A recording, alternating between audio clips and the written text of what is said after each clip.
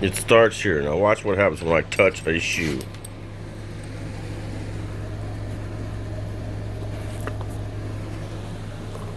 If I put my shoes on, she takes that as a sign.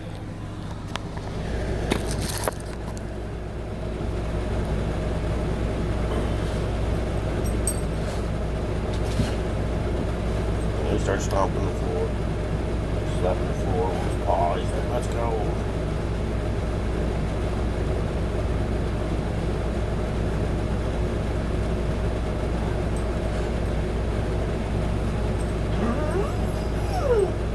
What?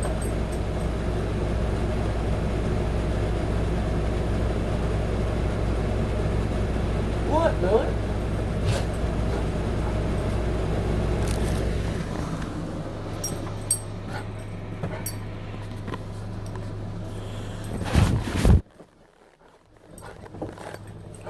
I haven't even touched anything yet. Okay, there's your donut. And here's your collar.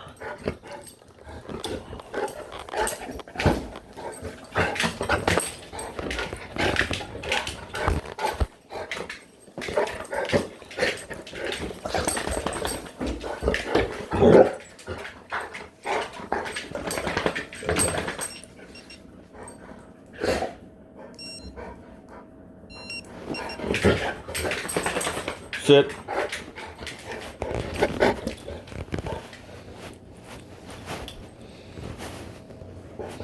This is how your dog is supposed to act when you're putting that collar on. You're supposed to be excited and happy. If he's not, then you're doing something wrong. Sit. Okay.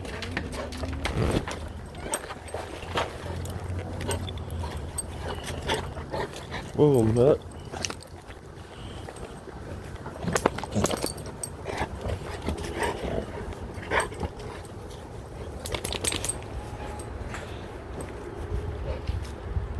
Sit. This pond has been losing water like crazy. And I think it's because animals come and play in it at night. Possums and raccoons and groundhogs come around here. When it's dry, they use my backyard. That's the downside of having a backyard pond, is it attracts animals. Sit.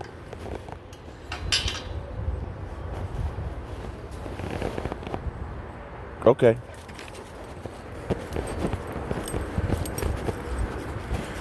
Here he goes. And he catches that.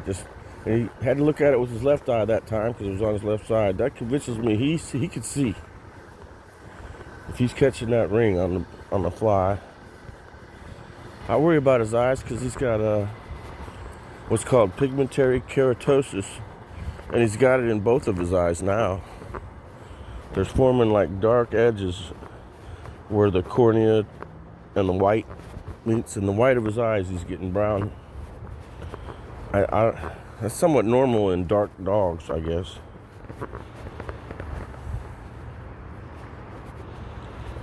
He's doing the bathroom thing. Boy, every day it looks different.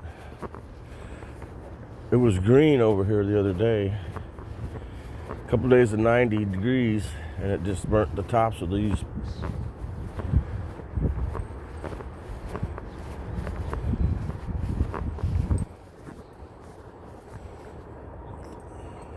These are like pretty nasty, gnarly. I don't like going in that.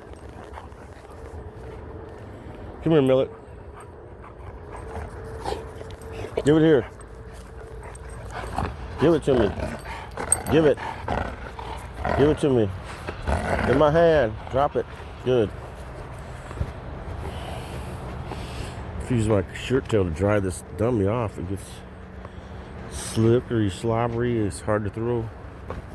Yuck. Okay. I'm just letting them break because the idea here is to get them tired and some exercise.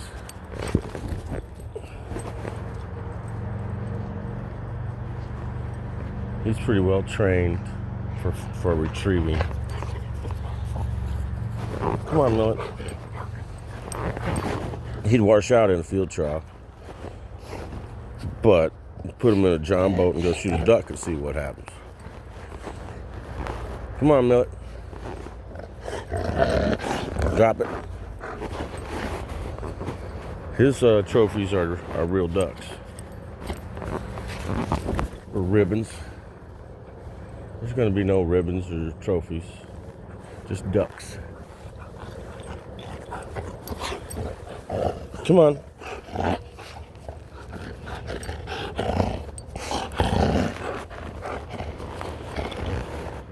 And I'm like saving this dog for hunting.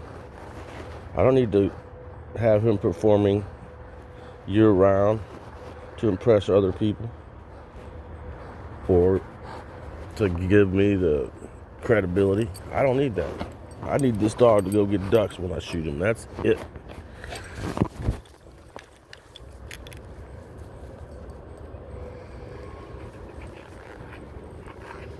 And so far, he's never failed. Come on.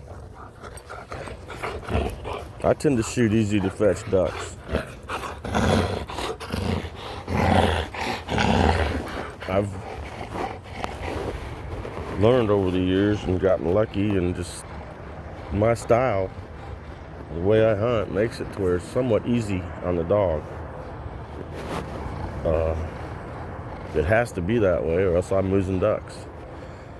I'm not capable of shooting a duck that lands 300 or 400 yards away in green flooded timber. At that point, I'm clueless. I couldn't tell that dog where to go, because way over there in the woods, come on.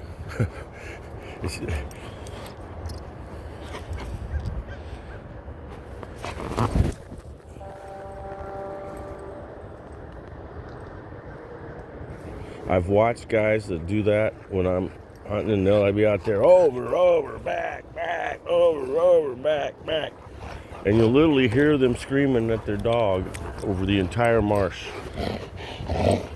That's unacceptable to me.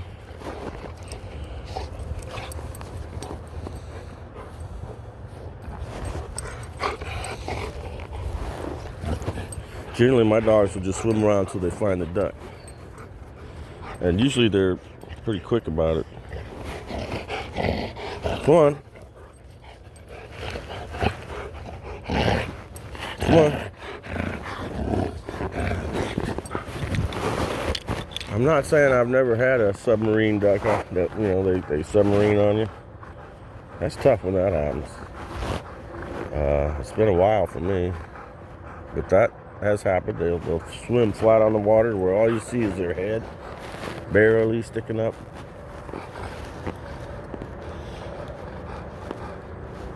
There's a lot of stuff that could go wrong duck hunting. Let's just worry about the stuff that goes right.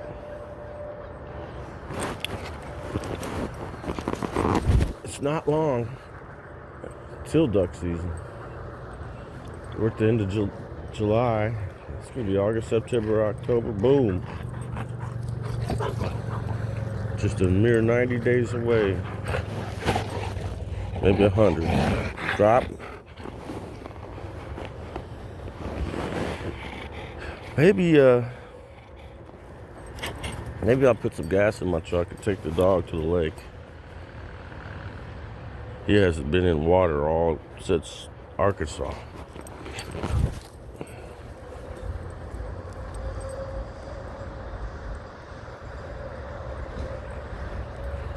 But water is his thing. When we hunt, we're surrounded by water. Literally surrounded. So all this land direction type of thinking isn't going to work, because it's all water everywhere. And fallen logs and brush and stumps. And I worry about the hazards that are unknown out in the woods. There could be a strand of barbed wire fence that you don't know about, and a lot of stuff. When I hunt, the game wardens actually work at keeping the woods clean and free of obstacles. I've noticed it and told them thank you so much, and I don't know how they even do it. Example, I use a hole that's out in the middle of a certain block of woods that you have to run this thing called the elk chute. It's kind of like a road that goes through the woods that's lower than the rest. They drive on it in trucks in summer, but in the winter it's a boat lane. Kinda. It winds through the woods. Well, there was one place where a huge tree fell down and went right across the boat lane to where you had to get out of your boat and pull it up and literally push it through water that was barely a foot deep. It was kind of a struggle to do. Well, I went home in between splits and I came back and that tree was gone. First time I saw game wardens, I was like, thank you so much for getting rid of that tree. And they knew exactly what I was talking about right away. All I had to do was say, thanks for cutting that tree in the elk chute. And then I was like, how the hell did you get in there to do it? I don't know. They must have something like logging equipment that they could get back in there. But either way, it was just gone. The tree, huge tree. I mean, it'd probably take two guys to reach around it. It was so big. And it was just gone. I'm like, damn. Them dudes got access to heavy equipment, apparently. Or something. And maybe a helicopter. I don't know. That sounds crazy, but somehow that tree was just gone.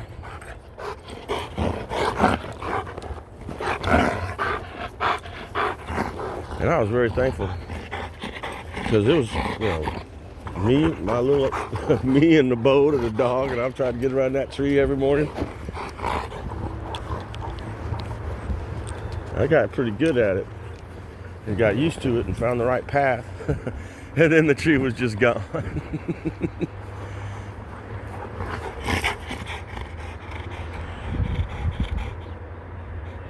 You like this, don't you, boy? Hey, let's see if you can mind a little. How about that? Sit. Sit. You're not sitting. Hey, sit. Up. He stood up on me. I guess that's okay. If he needs to stand up so he can see. I don't know. I don't play dog Nazi too much. I'm not that good at it. I'd be sending the wrong signals half the time, probably. So I try to just be mellow. Come on. Hey, give it here. It's dangerous when he's got it like that, because he can snap and get you. That's better. Come here. Good, that's good. Now sit. Here. Sit. It's getting kind of hot. It's humid. Let him retrieve one more time. Maybe two. And then we're going in. Sit, Millet.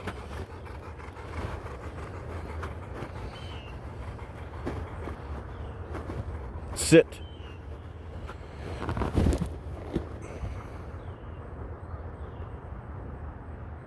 Up.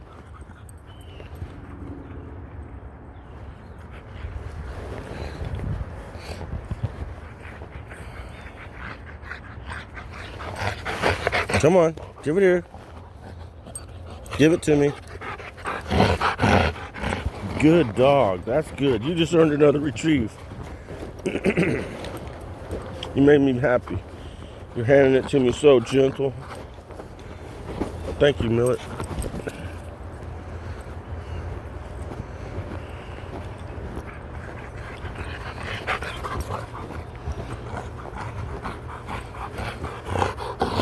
Here. Give it to me. Good. Ah!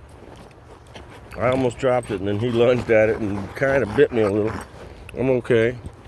He's got a gentle mouth. He has hurt me once. He cut me when he was a puppy. Their teeth are very, very sharp when they're puppies.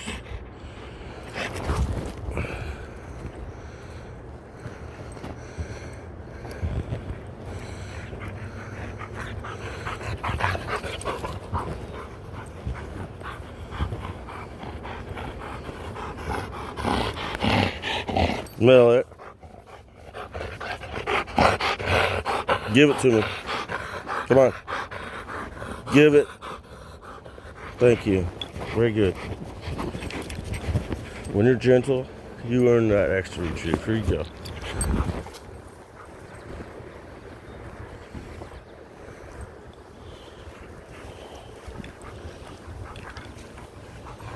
Good dog.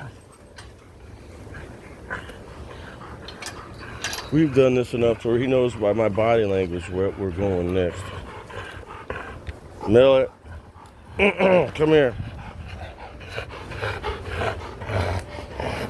It's dangerous when he has it like that. Drop.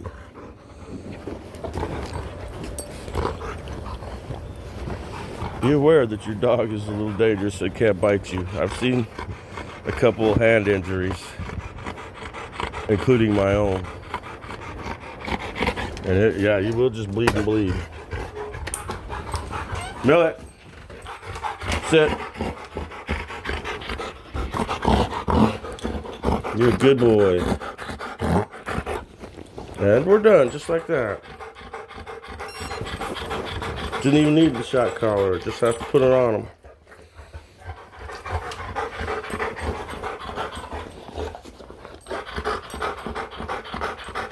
He's a good dog, really good. He loves me and performs out of love. He wants to make me happy. He gets really upset if something goes wrong. He sulks.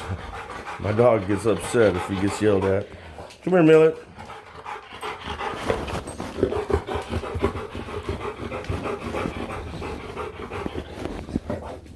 Want some water? Let's see if you got water. Yep. Millet drinks a lot of water.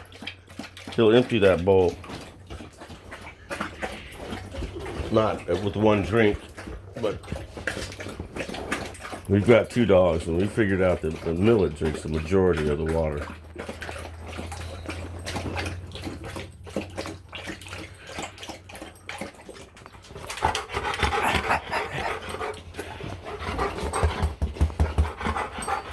Well, that's mornings with Millet.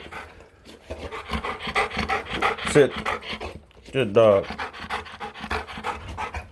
It's a good time. It's a good thing we stopped. He's pretty hot. So it'll take him a half hour to cool down. Have a great day, everybody. Thanks for watching. God bless you. Bye-bye.